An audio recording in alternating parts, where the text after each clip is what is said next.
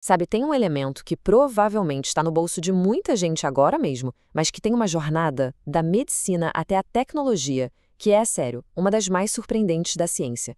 Essa é a incrível história do lítio. Agora, pensa comigo. O que um estadista brasileiro, um psiquiatra lá da Austrália e a bateria de um celular têm em comum? Parece até começo de piada, né?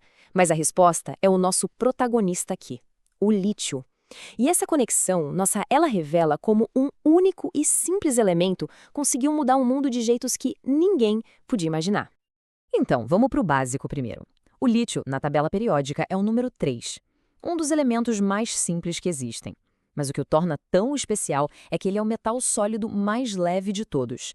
É tão, mas tão leve, que ele literalmente flutua na água. Claro, isso antes de reagir com ela de uma forma bem, digamos, explosiva. E apesar de toda a importância que ele tem hoje, o nome dele é super humilde. Vem do grego litos, que significa pedra. E por quê? Simples. Diferente de outros metais da mesma família na época, que vinham de plantas, o lítio foi achado num mineral, ou seja, numa pedra. Simples assim. E a história de como essa pedra foi descoberta começa com uma conexão super inesperada entre o Brasil e a Suécia. Vamos dar uma olhada em como isso aconteceu. Tudo começa lá por volta de 1800 com o estadista brasileiro José Bonifácio. Numa viagem para a Suécia, ele encontra um mineral que ninguém conhecia e batiza de petalita. Aí, pula para 1180. Um químico sueco, Johan Herfvedsen, pega essa pedra para analisar e, bingo, descobre que tem um elemento novo ali dentro. Mas olha, levou quase mais 40 anos, até 1855, para que finalmente conseguissem isolar o lítio metálico puro. E a ideia do nome lítio veio do mentor do Herfvedsen, um gigante da química chamado Jöns Jacob Berzelius. Ele sugeriu lítia, que depois virou lítio, justamente para deixar bem claro que ele vinha do reino mineral, diferente dos outros metais parecidos que eram extraídos de cinzas de plantas. Bem pensado, né? Mas bem quando a história do lítio parecia que ia ser só uma nota de rodapé nos livros de química, ela dá uma virada de 180 graus. A nossa jornada agora sai do laboratório e vai parar lá na Austrália, direto para o campo da psiquiatria. Estamos nos anos 40. O psiquiatra australiano John Cade tinha uma hipótese. Ele acreditava que a mania, que é um dos estados do transtorno bipolar, era causada por alguma toxina no corpo, e o principal suspeito dele era o excesso de ácido úrico. Ele estava decidido a provar isso. Para testar a ideia, o Cade precisava injetar ácido úrico em porquinhos da Índia, só que tinha um problema. A substância não se dissolvia bem. A solução que ele encontrou? Usar urato de lítio, que era o sal de lítio mais solúvel que existia. E foi aí que a mágica da ciência aconteceu. Os bichinhos, em vez de ficarem agitados, ficaram super calmos. O Cade sacou na hora. O efeito não era do ácido úrico, era do lítio. Corajoso, ele primeiro testou em si mesmo para ver se era seguro e depois em 10 pacientes. O resultado foi simplesmente revolucionário. E o que o Cade descobriu não foi um mero acaso. Estudos depois confirmaram. O lítio tinha uma taxa de sucesso impressionante, de 70% a 80% no tratamento da mania aguda. Por décadas, ele se tornou o padrão ouro para o transtorno bipolar. Uma descoberta acidental que, no fim das contas, mudou milhões de vidas. Agora, vamos avançar no tempo. Fim do século XX. O lítio estava prestes a protagonizar sua terceira grande revolução.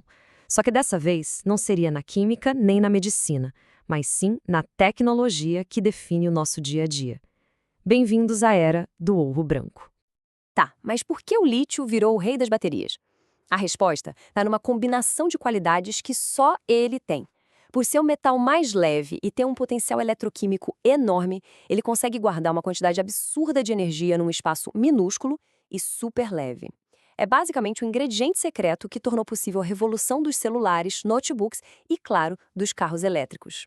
Mas olha, o lítio não serve só para bateria, não. Os compostos dele são cruciais para criar vidros e cerâmicas ultra-resistentes, graxas industriais que aguentam temperaturas altíssimas e até para fazer ligas de alumínio mais leves e fortes, usadas na indústria aeroespacial. Ele é bem versátil. Com essa demanda explodindo, o lítio se tornou um recurso estratégico global. E como dá para ver, as reservas dele estão bem concentradas em poucos países. Chile, Austrália e Argentina têm a maior parte, especialmente no chamado Triângulo do Lítio, aqui na América do Sul. E essa concentração toda acaba criando um novo e complicadíssimo xadrez geopolítico para o futuro da energia mundial. Então, depois de toda essa jornada pela história, pela medicina, pela tecnologia, o que no fim define o lítio? A resposta, por incrível que pareça, é uma palavra bem simples: equilíbrio. É impressionante parar para pensar. O mesmíssimo elemento que consegue equilibrar a química do cérebro, trazendo estabilidade para a vida de tanta gente, é o mesmo que hoje equilibra a nossa rede elétrica, guardando energia para um futuro mais limpo. São duas faces da mesma moeda, e as duas são sobre equilíbrio.